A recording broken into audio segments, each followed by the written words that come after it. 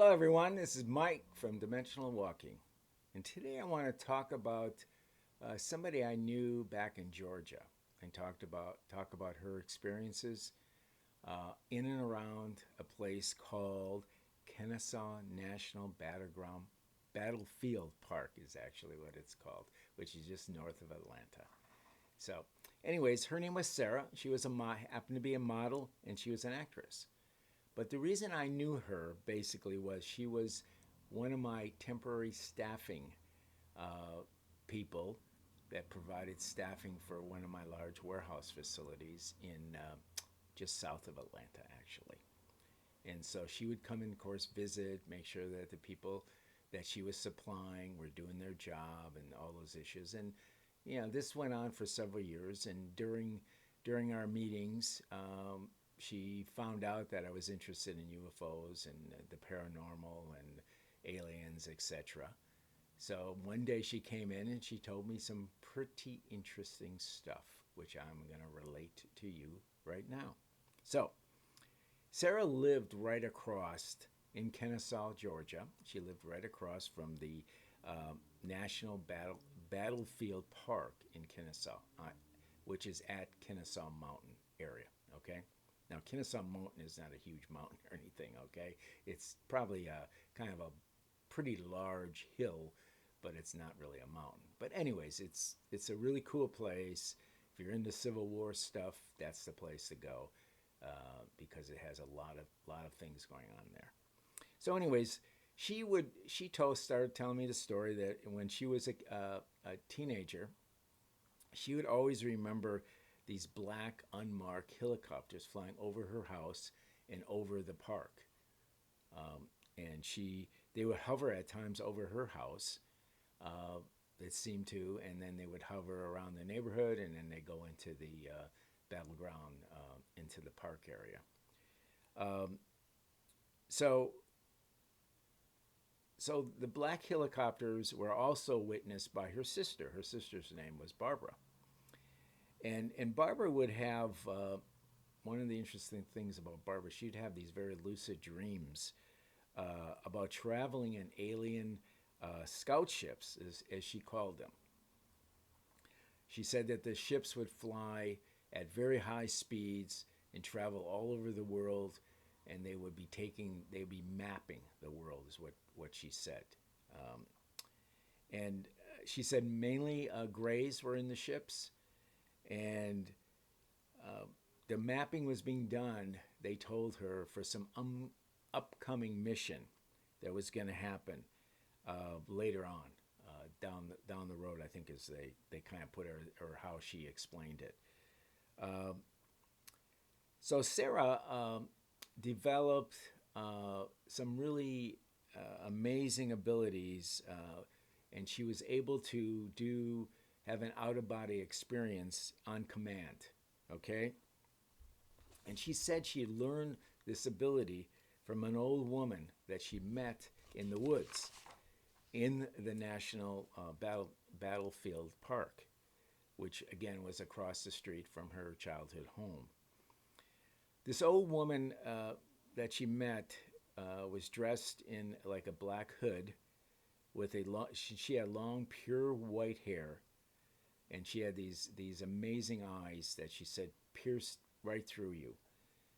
And she was very small. She was only, like, she's estimated 4 foot 10 maybe at the very most. And she spoke in a very soft, kind of like a delicate little girl voice, which is very strange. And Sarah called her the witch angel, is what she called her. And one meeting, and she met several times with this witch angel, as she called it. She told Sarah to lay down in the grass in the park, and she told her imagine that there was this a blue triangle above her, about 3 feet above her, and that there would be another triangle closer down, about a half a foot below that first one. And she, at first, they were. She said that they were perfectly lined up together in perfect sequence. Okay, And then the witch angel told her that she had to rotate them in a certain way. And I'm not going to tell you which way that was or anything else about what the witch told her as far as those two triangles go. Okay? Sarah went ahead, and the reason I won't do that is that I absolutely know that if you know how to move these triangles like a Merkaba in a certain way, crazy stuff happens. Okay? And anyways, in this particular case, Sarah did exactly what the witch angel said. And she rotated them in this certain thing, and she basically gravitated off the ground. And she basically had an out-of-body experience. Okay? So she said it was an amazing experience. She said that she was able to duplicate it many times in the future.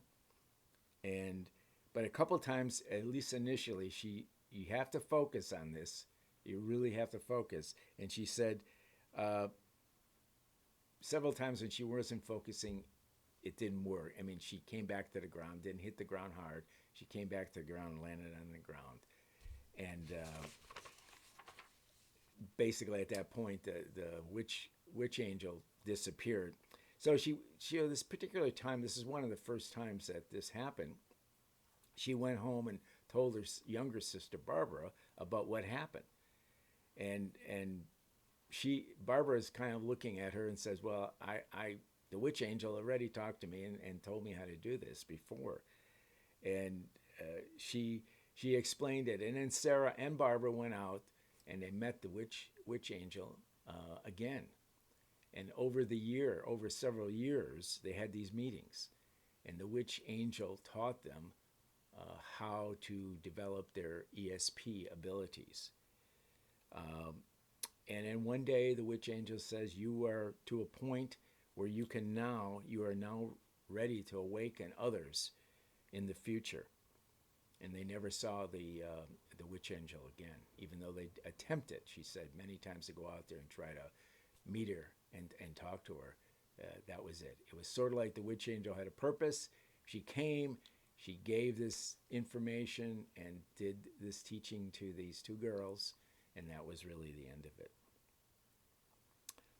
So one of the last things that Sarah told me was that there would be many nights in which they would sit in their bedroom, which had they were upstairs, their bedrooms are in the upstairs, and they would look over the National Battle Park, and they would see absolutely hundreds of these blue lights moving quickly in and out of a particular section of the park. And she said that would constantly go on. I mean, they actually thought these were all ships that were moving in and back and forth. And they asked I think one time they asked their parents to come out and see if they could see the same thing both of them were seeing. And the reaction from the parents were, no, we don't see anything. So my suspicion is the witch angel gave them some type of ability to see these maybe small, tiny UFO ships traveling in and out of the park area. One of the very last things that Sarah told me was that there was an underground base under Kennesaw Mountain. And Sarah, after that, there were people that I ran into or actually searched out that lived in and around Kennesaw Mountain. And there were several of them that had seen a lot of UFO activity over their time living there, mainly at night. And they also had activity with the black helicopters in there. So with all that said, that's kind of the end of Sarah and Barbara. I do have some other notes. I've been doing this for a very long time, so I have a lot of journals and notes. I'm going to try to find out there's some other information that if I find it, I will probably do another video on it, because Sarah and Barbara were really interesting witnesses to a lot of UFO activity. So I will put this out here. If you have lived around or near Kennesaw Mountain, and especially around the National Battlefield Park, and you have some interesting experiences to share, please share either here or you can send me a private email to dimensionalwalking@gmail.com. So thanks a lot, and we'll catch you next time. Bye-bye.